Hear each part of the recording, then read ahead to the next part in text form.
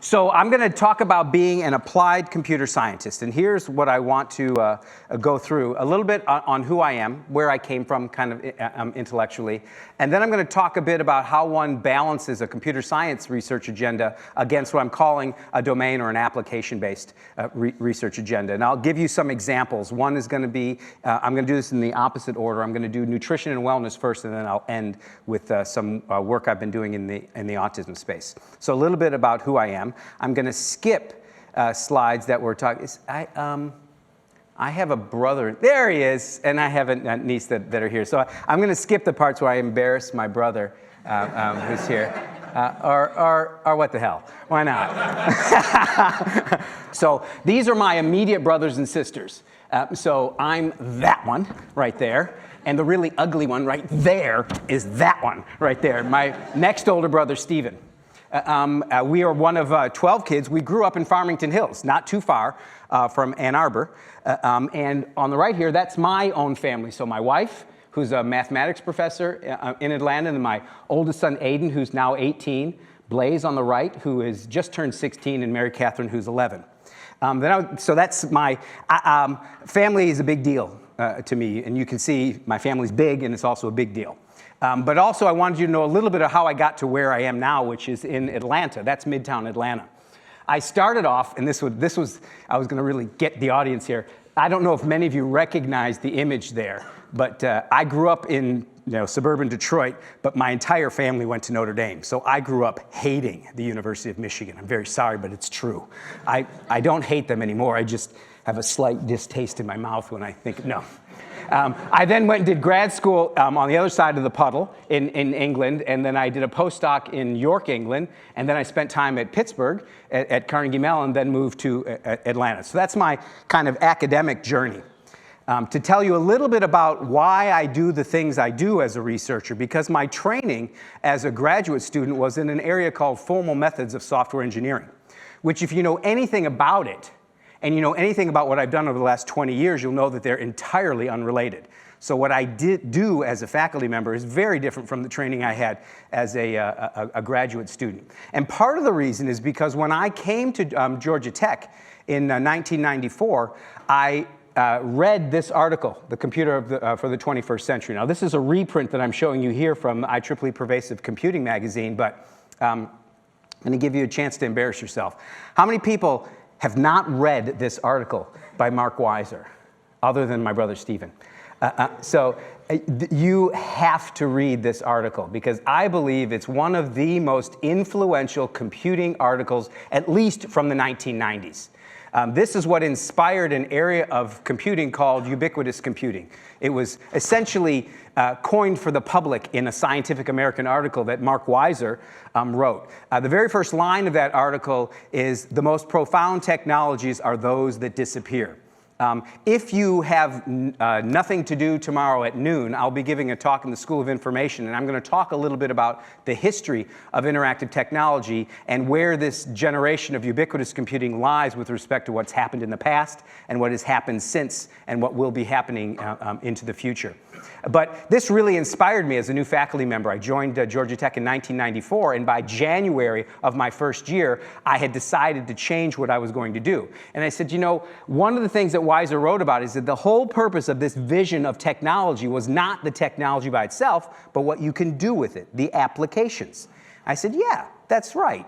And I was really inspired to say, there are things you can do with these cutting-edge technologies that you can do today. In 1995, you could do, and you could imagine a future and build aspects of it right then and there. I said, that's the kind of computing research I wanted to start doing. So I switched the kind of work that I did, and I went into this area of essentially as an experimental computer scientist. And by 2016, when I reflect back over the last 21, 22 years, I said, I have built a lot of interesting things that to some extent are meaningful outside of just being computing artifacts.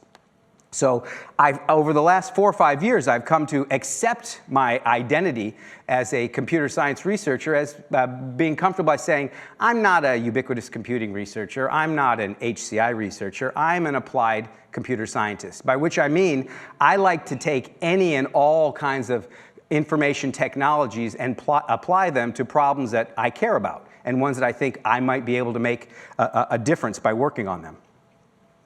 So, given that far too long introduction, I want to talk about what it means to be an applied computer scientist. And what I mean by this, and oh, this is the part that's really going to suck, not having the animation for this, because you're going to see all the jokes all at once. Okay, so I'm going to show this slide, and you're all just going to give one big laugh, and then we'll move on to the real deep parts, okay?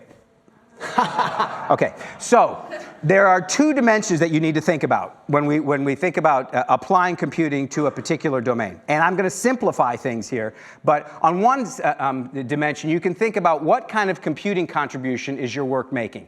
And it's relatively easy for most of us who are computer science researchers to understand what we mean by a contribution. We mean that our peers accept it as something that can be presented to the rest of our community. So publication is a simple way of us being able to determine the computing contribution. But when you apply computing to some other application domain, education, sustainability, health, there's at least one other community that also has a way of measuring whether what you're doing is important to them, right? So you have this low or high contribution in the domain. And when you think about it in that simple way, you can divide this space up into 4 quadrants. And I will now successively reveal to you what's the meaning of each of these quadrants in a way that will be memorable and a little bit humorous as well. And it'll all be revealed over time.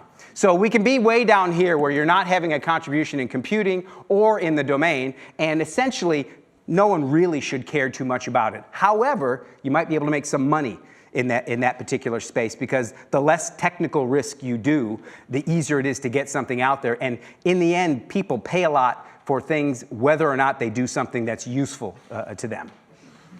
We move over here, and most of what we do as computer science researchers is we care about doing things that other technologists will care about. And this is for you, Stephen. It used to say your mother wouldn't care. But in this case, my brother wouldn't care if I just did things that technologists cared about, right? I tell him, I published a paper in Ubicomp, and he's like, great, you want some more grape leaves or something like that? So we're Lebanese. Grape leaves, it's food we eat. It's actually, you're not far from Dearborn, so people here, you know about Lebanese food. So on the other side, you can think about, well, I'm going to do things that the domain folks care about, the educators, the health clinicians, the sustainability researchers. And if you do that, that's great, and you'll get recognition in those communities. But if you're a faculty member wanting to get tenure, or a student trying to get a PhD and having to satisfy the criteria from your peers, they're not going to care so much if you accomplish something from the domain's perspective that isn't really pushing the boundary of computing. So that's a kind of tension that we have. And so the natural tendency is to say, oh, I'm going to do things up there where everyone cares. It's both a computing breakthrough and it's a contribution to a domain that people care about. And that's the things that you write in flowery language in a grant. But I'm here to tell you that that is the most dangerous place to start any project, because it'll likely be doomed to failure on both sides, because it's very hard to find a problem to apply technology to, and to know from the outset that to solve the problem is going to require some computing breakthrough, and the problem you're trying to solve is the one that's the most meaningful thing. It takes time to discover those things. And what I want to try showing you now is a trajectory you can hopefully try to follow that bounces between doing things that have a computing contribution and doing things that have a domain contribution. And that's really, this is not something that I started out 20 years ago knowing this is how I'm going to be doing work. This is, upon reflection on a body of work, what's actually happened in my life. So I'm going to show this in terms of 2 major examples. The first one is going to be in this area that I'm going to call wellness. But it started with some work I did with a colleague of mine, Rosa Arriaga, who's actually a developmental psychologist, and 2 students that we have co-advised, TJ Yun, who graduated a few years ago, and E Han, who's about to graduate. And what we were working on was how you might use technology to address a chronic condition, a pediatric chronic condition of asthma. And the motivation for that is because it's the most common chronic disease among children, particularly in the South in the US. It's a big issue. And what's interesting about asthma is that you can be rated with a severity level of asthma, but that's not necessarily, if having severe asthma does not necessarily mean that you are more likely to die as a result of asthma. People who have a moderate or a mild form of asthma have they have a likelihood of dying as well. And it's all about understanding how and when asthma is triggered in the individual and how do you effectively manage it. So given that, there were some relatively straightforward questions we wanted to ask, and then some not so straightforward questions about how can you, as a technologist, address this childhood asthma challenge. So the first thing was, what technology could impact asthma? And the way we came to this obvious answer of using mobile phones was to make the observation that, well, asthma is pretty ubiquitous. What else is ubiquitous in the lives of children? And we said, well, and these are statistics from many years ago, already indicating that a large percentage of children and adolescents had access to mobile phone technology. So an intervention directed through the mobile phone seemed like an obvious thing to do. Okay, so that's the vehicle through which you will deliver some kind of intervention.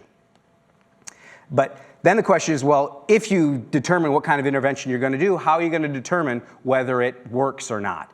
And in the medical field, the standard answer, at least up until now, is you run a randomized control trial where you have your intervention, you give it to some people, you have something which might be best practice or a reasonable alternative, you give that to other people, and you compare some outcome with respect to those two different experimental groups. So I'm obviously making this simpler than it in practice is.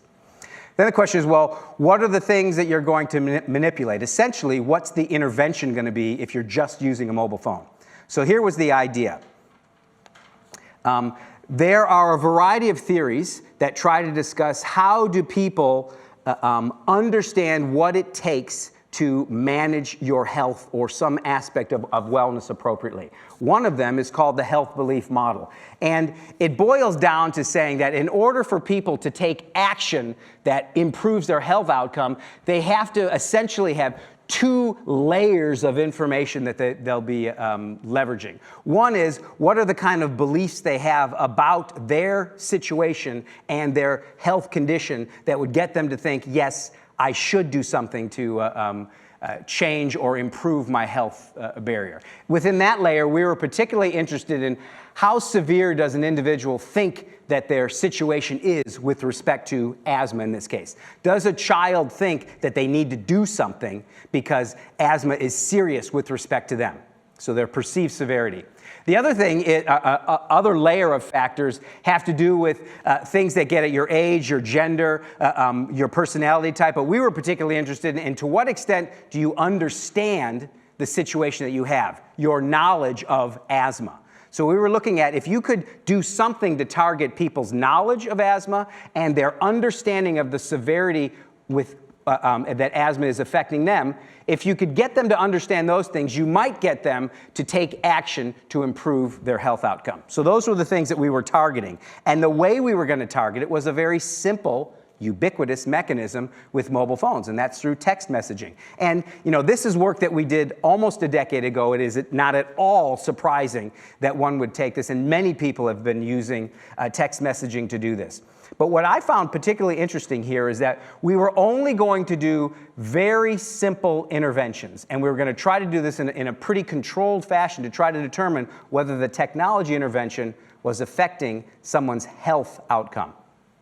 So there were two kinds of information that we were trying to pass to people. One were text messages that were getting at people's knowledge of asthma. So they would get a text message that would look like this, a true-false question. They were to answer the question, true or false, using text, 0 or 1, TRF. We tried to be smart in terms of interpreting all the possible answers they might provide. And then based on their answer, either tell them, yeah, correct, and here's a little bit more information, or no, you answered incorrect, here's what the real answer is. So a way to quiz them and teach them in the process, but the simple back and forth text interaction.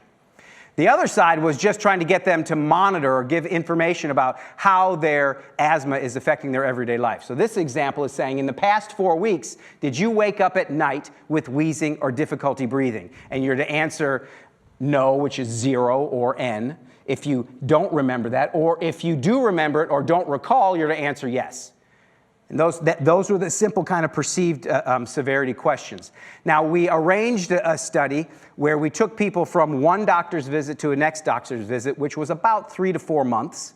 And in the intervening period, they would get one or more of these, one of these questions or no questions once a day. I'm not going to give you too much detail on the experimental design except to show you very quickly the results. There were 3 experimental groups. A control group that got nothing. So we didn't send them any text messages at all. One group that only got the query style. Query style was the perceived severity question. So things that would ask you to reflect over the last 4 weeks or some period of time. Did you have challenges? And then another group that got both query questions and knowledge questions. The query folks got a question every other day. The query and knowledge got one question every day. One day it was a query question, the next day it was a knowledge question. So a pretty simple intervention. And the thing that this chart is showing is that of those 3 groups, the one that got a text message every day of a query and knowledge form actually showed statistically and, more important, clinically interesting improvements in lung capacity, which is one of the most important health outcomes for an individual with asthma. How effective are their lungs at being able to draw in and clear out oxygen? So your lung capacity. And of all these 3 groups, only one of them showed an improvement. Now, this was one study, but we repeated this study a number of times in the asthma case and, in fact, in other pediatric chronic conditions, and was consistent that these people that were getting 1 question a day of these 2 varieties were always showing statistical and clinical improvements in the health outcome. Now, I did not think this was going to happen. And every time I think about that, I just reflect on that for a second. Answering text messages improves your asthma. Doesn't seem to make sense. Now, it's not just answering text messages. There are particular kinds of text messages. But I was really, really impressed with that particular result. And so much so that if I go back to this two-dimensional system that I introduced earlier, I would say this particular work, even back in 2007, this was not an interesting computing contribution. In fact, the very first paper that we tried to write on this, we submitted to the Ubicomp conference, which many of you might know is one of the top conferences. That's a mix of technology and human-centered issues in this theme of ubiquitous computing. And I went to painstaking effort at the beginning of this paper to say, look, we realize that the technology being used here is no innovation, but it's a ubiquitous technology that's going to be applied to some valuable end, and the Ubicomp community of all should be interested in this. And we got reviews saying, interesting result, but there's no technical innovation here, so please, we're not interested in publishing it at Ubicomp. Okay, so that's my empirical evidence that it was below the bar as a computing contribution.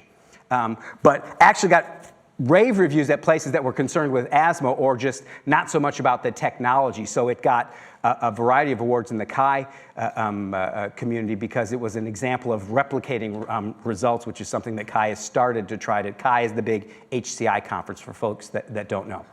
But the question that I'm interested in asking is, once you've done that first piece of work, what do you do next? And this is also another very revealing animation, so just go ooh. You said, ooh, okay. So Rosa decided to take it in the direction of improving the impact from the domain perspective. So she's replicated the study. She's done this study in asthma, in diabetes, in other kinds of medication compliance, but the same intervention using this simple text with 1 a day. I am always motivated by the technology challenges. So I wanted to go in a different direction here. I was impressed that it had some impact here, but I wanted to think about, well, what might one do that would kind of push the boundaries of technology? So if you look at this problem, and ones like this that Rosa and her colleagues have worked on, what they all bear in common is they have a notion of people reporting about behaviors of themselves, or what we call self-report. And the advantage of a self-report is it's actually very easy to administer as long as you can figure out the right questions to ask people. The challenge is getting that question to the people and getting them to respond to it. The disadvantage is getting people to respond to questions, particularly when you're not there kind of giving them some incentive or pressure to provide an answer. And even if you do get them to answer, there's concern that they're giving you accurate responses or truthful responses. They may intentionally or unintentionally give you information that is false. So how might one get at that problem of improving self-report? By which I mean getting more data from people, but getting it in a way that is not intrusive on these individuals and will lead them in a direction to give you honest or truthful information. So SMS, or text messaging, was effective in the study we used because we said we would never send more than one text message a day. By the mid-2000s, there were already studies, mostly in Europe, indicating that adults did not want to respond to a text service once it sent more than 2 messages a day. So we took that to heart and said, okay, we're not going to come anywhere close to that. We're going to give at most 1 a day. Also, those European studies were with adults. We did our study with children and adolescents, and they tended to be more enthralled or engaged with responding to text messages. So those are things we had going in our advantage. But I was interested in saying, well, how do you get adults to respond? And I think there are 2 ways you could think about this. One way, and this is work that one of my former students, Edison Tomaz, did as well, don't bother asking people, automate it. Figure out for yourself what the answer should be. And this is what a lot of commercial technology and activity recognition and health monitoring has tried to do. You know, just have them wear a device and it'll count the number of steps or the amount of calories that are burned, and you don't need to bother people with reporting that information as long as you trust the results from the piece of technology. So Edison was particularly interested on automating whether or not people are eating. Not how much or what, but if they're eating, for a variety of good reasons. And I won't give you many of those details, but I'm happy to talk offline about that. What I'm going to tell you a little bit more about was an interesting insight from one of my current PhD students about 4 or 5 years ago. Just take this notion of asking people a question and how you go about it, just do it differently. So here are the kind of things that you might want to get people to self-report on, and I would argue are difficult, maybe even impossible today to automate. You know, asking someone a question of how often do you eat breakfast? That's a difficult thing to automatically detect. It's also a difficult thing if I ask you, you know, how often did you eat breakfast last week or last month? Unless you are absolutely sure that you never eat breakfast or that you always eat breakfast, you probably don't know the answer to the question. But if I asked you today, did you have breakfast today? I'm pretty confident that you know the answer to that question. Now, how do I make sure that you're going to give me that answer correctly? That's a separate kind of challenge. How many servings of fruit or vegetables or grains or proteins do you eat per day? Well, do you even know what a serving is? And do you even know what counts as a protein or as a grain or as a fruit or a vegetable? I just came off a diet that I've been doing the last 6 weeks, and in this diet, a sweet potato counted as a vegetable, which was great because I love sweet potatoes, but I always thought that they weren't a vegetable. But now I could have unlimited sweet potatoes. And I lost 20 pounds. The sweet potato diet. I highly recommend it. So one question is, how would you get people to answer these kind of questions and improve upon this entire process? So I'm going to take you through a very simple example. So everyone, take out your smartphone. Okay, what is the first thing you do with your smartphone? Yeah, exactly. What's the very first thing you do? Very first thing you do. Very first thing you do. You turn it on. And you went like this, exactly. So what if in the time that you have that phone and you turn it on, a question would appear, and what you do to actually unlock your phone is see a simple question, did you have breakfast today? And you take that little blue knob and you slide yes or no, and that unlocks your phone, right? What's the big difference between this and the way most text messages or mobile surveys are administered today? The way most text messaging and mobile surveys work today is they send you a notification, which means you get a buzz or a beep in your pocket or on the table, right? Which says, I want your attention now, okay? You may want that distraction, or you may be annoyed by that distraction, or you may turn off those notifications because you don't want the distraction. But they have to interrupt you, and then what do? You want to answer a question? Okay, I'll answer the question. Okay, well, turn on the phone, I'll open the app, here are the question or the 10 questions I want you to answer. Right? So there's a lot you have to do. You get interrupted, and it takes a reasonable amount of time for you to essentially get to the point to answer this yes-no question. What's the principal difference here? Were you notified? No. You said, oh, I'm bored during Abowd's talk right now. I'll pretend like I'm checking the time right now, but I'm going to check my Facebook page. Right? So I have announced that I have time to take a look at my phone. I've turned it on, and while I'm there, as long as I can be very quick about showing people a question, I can get them to turn on their phone by answering a question and gather some information. That's the clever idea behind doing this. I can show you some more complicated kinds of questions you might ask. This is a two-dimensional chart that's been validated to show it's a way for people to indicate their mood. All you have to do with this is essentially pick which picture best resembles you, and you drag that picture down to the box down here, and that unlocks your phone. But you've also indicated to me your mood at that particular time. Two dimensions of your mood: happy, sad, so valence, and arousal level. Are you low energy or high energy? You don't have to know that. You just pick the picture that looks most like how you feel. Okay? So that is a commercial effort that I'm doing with another one of my brothers called Quidget, for Question Widget. I think it actually is more complicated from a computing side. Now, I never published anything on this because I went the route of securing intellectual property. So I've seen all these papers that talk about using the lock screen, and I laugh, saying, ha, but my patent predates that. But no one knows about the patent because it's sitting hidden in a patent database. So don't try to raise your H index or whatever by doing patents, because that doesn't really help. And it doesn't really secure things you need for commercial effort. But it's a lot of fun to write a patent, because you think writing a paper to WIST or to UPSLA or whatever your conference is, you think that's fun? Try writing a patent. That's a lot of fun, because you have to get into so much detail. But I also think it's not demonstrated yet that it actually has a contribution that's of use in a particular domain. But I might entice you to come tomorrow, and I'll talk about a way this kind of technology can be used to try to track and promote the wellness of a campus community in a project that goes by the name of Campus Life. And I'll talk a little bit about that tomorrow. But now I'm going to shift to talk about another case study, and this is autism. And I'm and I'm going to do this in about 10 minutes, which 12 years of my life in 10 minutes, no big deal. But I'm going to do a little bit to motivate why I do this work in autism. So in 1998, three things happened in my life. I started a project called the Aware Home at Georgia Tech, which you may not have heard of, but it was one of the first attempts to try to explore ubiquitous computing and broadband communications in a domestic setting. And this was after I had done similar kind of work in an educational setting, a project called beautifully named Classroom 2000, because that's a name that just lasts forever.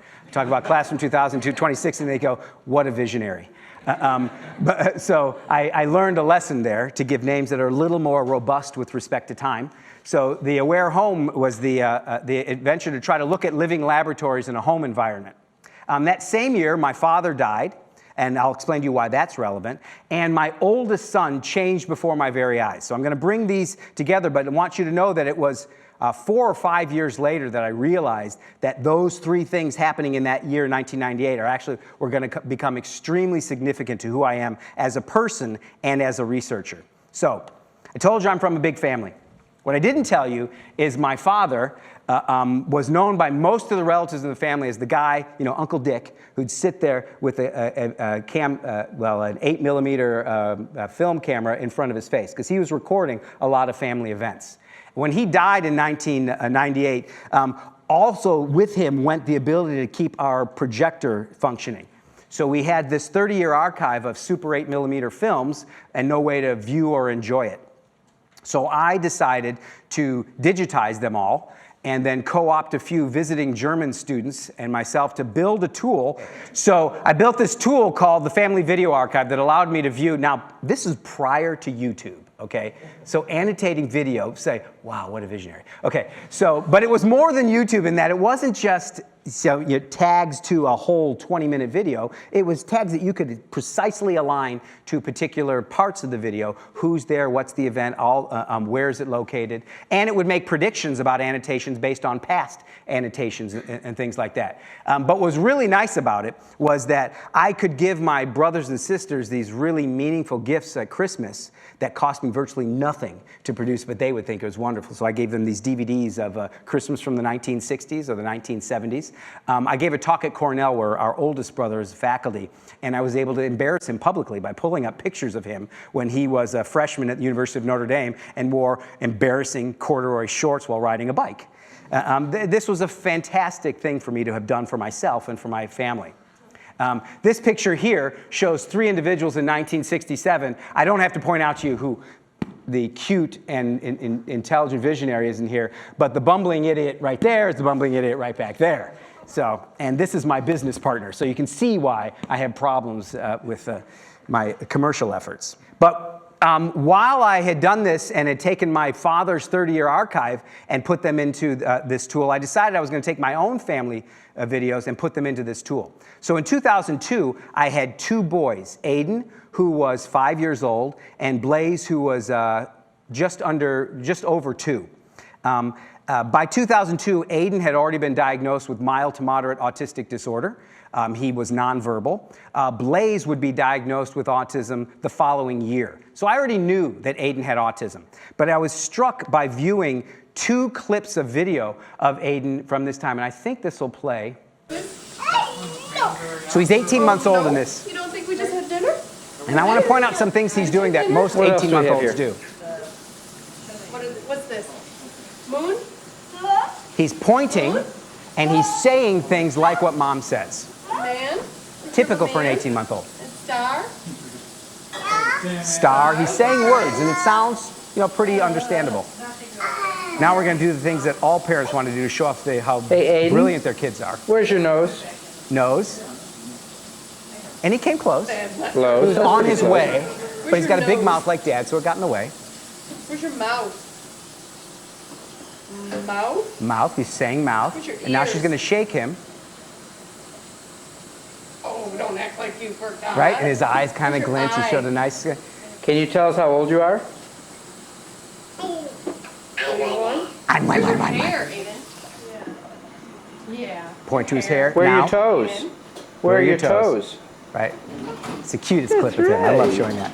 Okay, now fast forward to a clip of him 8 months later. So this was all kind of being recorded in my living room, being transferred from the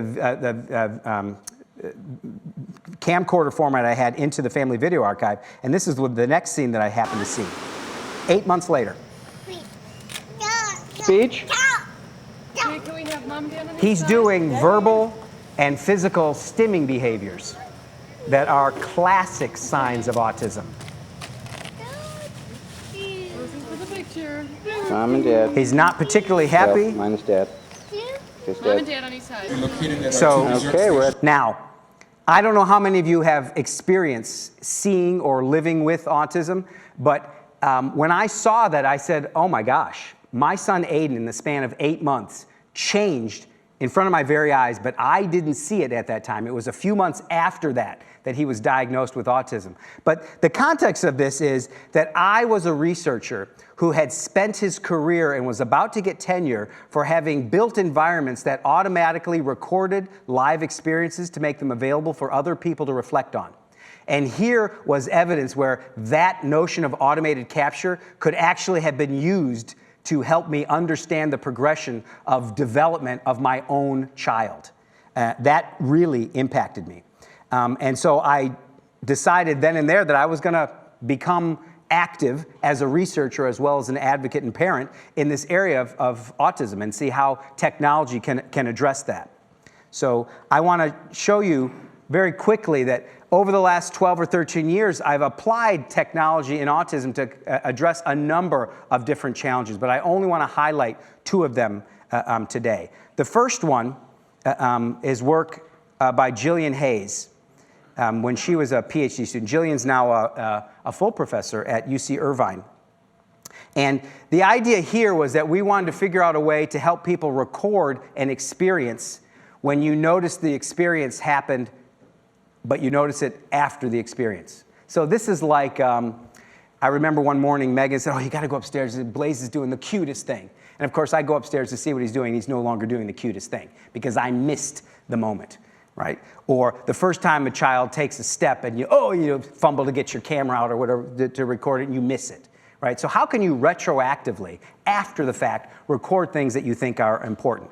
Now I gave you examples that are about the life's cute and warm, heartwarming moments. But there's actually a very interesting example of this in schools in an area called functional behavior assessment, where essentially children who are exhibiting challenging behaviors in the classroom, if they can't figure out how to mitigate those challenging behaviors, what happens? The child is removed from that classroom experience and goes into a more restrictive environment. That might be a self-contained classroom, that might be another school, it might actually be something that it's hard to even refer to as a school, where they put people that have the most severe challenges that are school-aged.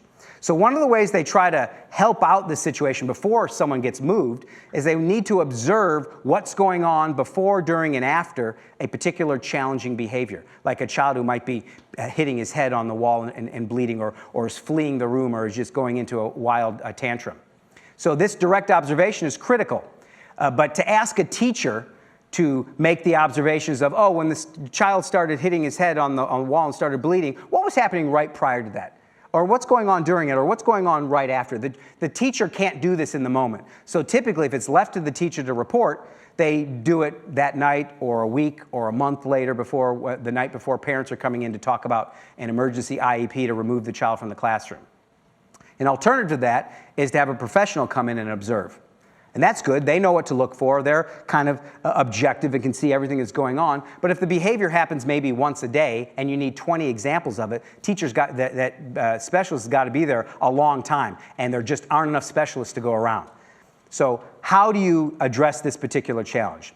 The way we tried to do it was by essentially putting cameras in a classroom, and giving the teacher the ability to press a little control that would say, when a behavior happened, anytime that happens, just press that button. The cameras that are in this environment, they're always recording, but they're not saving things unless you press the button. And once you press the button, they will save some period in the past and some period into the future. And you can go back later, take a look at it, make comments about what was going on before, during, and after, and we can provide you the report or the evidence that you need to support a functional behavior assessment. And the short story is that really worked. We got SBIR funding from NIH. We helped a company essentially commercialize this activity. There's actually now an app you can get for your iPhone that essentially allows you to do this retroactive recording. Jillian's work sat over here, where it was actually a computing contribution, this retroactive or selective archiving. She had a number of publications on this work, and it was formed about a half of her thesis work. And the commercialization of it was less risky in terms of what the technology could do so that it would work reliably, but was actually used in more settings. So that's how I see the balancing here of these particular things. But there's another interesting approach one can take. A lot of what was being talked about in that functional behavior assessment, the individual in the situation was making a determination as to when to click that button. So the teacher was determining what was important to record, not the behavioral psychologist who would want to see the information. So what happens when you put the professional in charge of directing when things get recorded? So to motivate this, and this is the last thing I'll talk about, is the problem of how do you support remote diagnosis of autism? And why is this even interesting or a problem to try to address? Well, the typical timeline that happens is a parent or a relative or a friend notices something different about a child. And that may go a while before enough people notice something different that you might want to go and consult a pediatrician. But most pediatricians, even today, and if you don't know, we're in the midst of Autism Awareness Month, April every year. But even with the heightened awareness of autism that we have today versus what we had 20 years ago, most pediatricians still don't know enough about autism and typically say, oh, well, boys develop more slowly than girls. Let's just give it a little time and let's wait. Once a pediatrician is convinced that there's enough of a delay, of a concern to do some action, they will say, I can't diagnose autism. I'm not skilled enough in doing that. You need to be referred to a specialist who will do a direct observation of the child, and they'll do give you a diagnosis. And the sad thing is that it takes, in the best case, it takes a year to 18 months to go from first suspicion to having an actual diagnosis, which is the key to getting services and available. And that's just way too long a time to have to wait. And the most delay is here because there are far too few of these centers, and you typically have to wait 6 to 9 months to get an appointment. So we wanted to figure out a way that one might do this a little more quickly. So I'll try to show you an app that we have here that essentially allows people to, when you have a suspicion of your child having a developmental delay and you want to get a diagnosis, you can download this app called NODA, Naturalistic Observational Diagnostic Assessment. That flows very easily, so you probably would prefer that than NODA. But what NODA tells you to do is to record 4 different scenarios.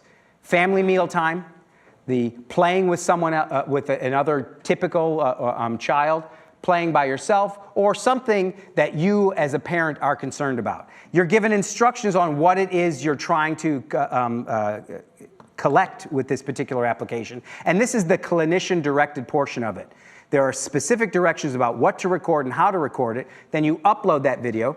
Someone views it. If there's things that need to be done differently, you're given some feedback about what you need to record better. We need to hear the child. We need to see not just the child's face. We need to see everyone else at the table. You should do things like talk to the child, offer them food while you're trying to give them dinner. Because they're trying to look at not just a recording of the child, they're trying to see how the child's behaving in a social setting. Are they having reciprocal interactions with other adults like a typically developing child would?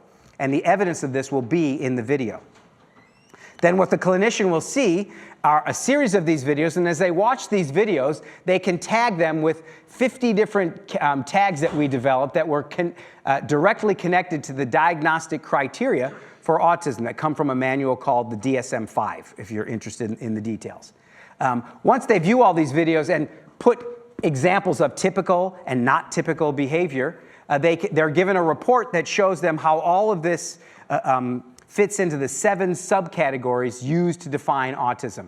And as a result of all this, the clinician can produce a report. This is 1 page of the report that shows 3 of the sub-criteria. I know you can't read it, and I know you hate it when someone says, I put this up there, I know you can't read it.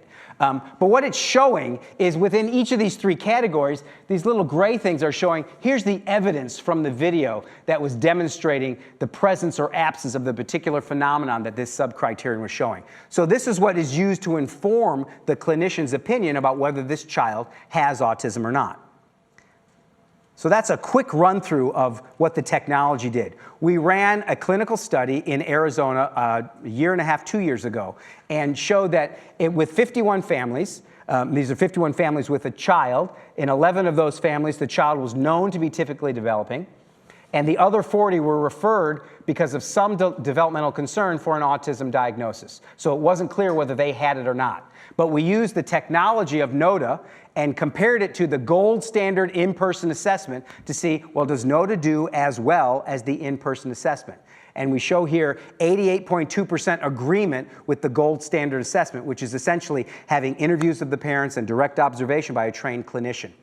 Now, you might think, oh, well, it's missing some. 12% of the cases it's missing. In fact, people aren't even that good at agreeing on an autism diagnosis. So in reality, the technology was doing just as good agreement as people. But the real advantage here is the only bottleneck in the system was how long it would take the family to record the 4 videos. It would then take about 60 to 90 minutes for a remote diagnostician to view the videos and render a diagnosis. So the bottleneck of the 12-month wait to get to the center is alleviated with this particular approach. I'm really proud of that. As a result, this NODA work is a little more complicated than the behavior capture. There's a lot more that went into this. In fact, a whole PhD thesis went into the design of this to get the clinically valid ones. And it actually has a clinical trial that demonstrates it's good as a diagnostic tool, and it's now currently available as a service for families. So that's a quick run-through of 2 different case studies of looking at how you can take a problem, wellness or nutrition or autism, and use it to drive a variety of computer science problems. So I just want to conclude by saying the majority of you here, I think, are computer science researchers. And I just want you to know that you can do rigorous and significant computer science research and work on a problem that people outside of computing are interested in. It is possible to get your PhD or tenure doing this kind of work. And I would, if you are so inclined and can be passionate about outside of computing problems, I wouldn't want you to not do them because you think, well, I can't get a PhD or I can't get tenure doing that kind of work. So I'll just conclude right there by acknowledging the people whose work I'm presenting today, a number of senior colleagues and a number of students, most of whom are now graduated on their own career, and some funding efforts, and of course, my father and Aiden, who helped to inspire the work in autism. Thanks very much, and I welcome any comments or questions. Your network. However, if you have optogenetics, then you can genetically modify neurons in a way that some specific target cells are only responding to a wavelength, different colors. So we are developing the next generation.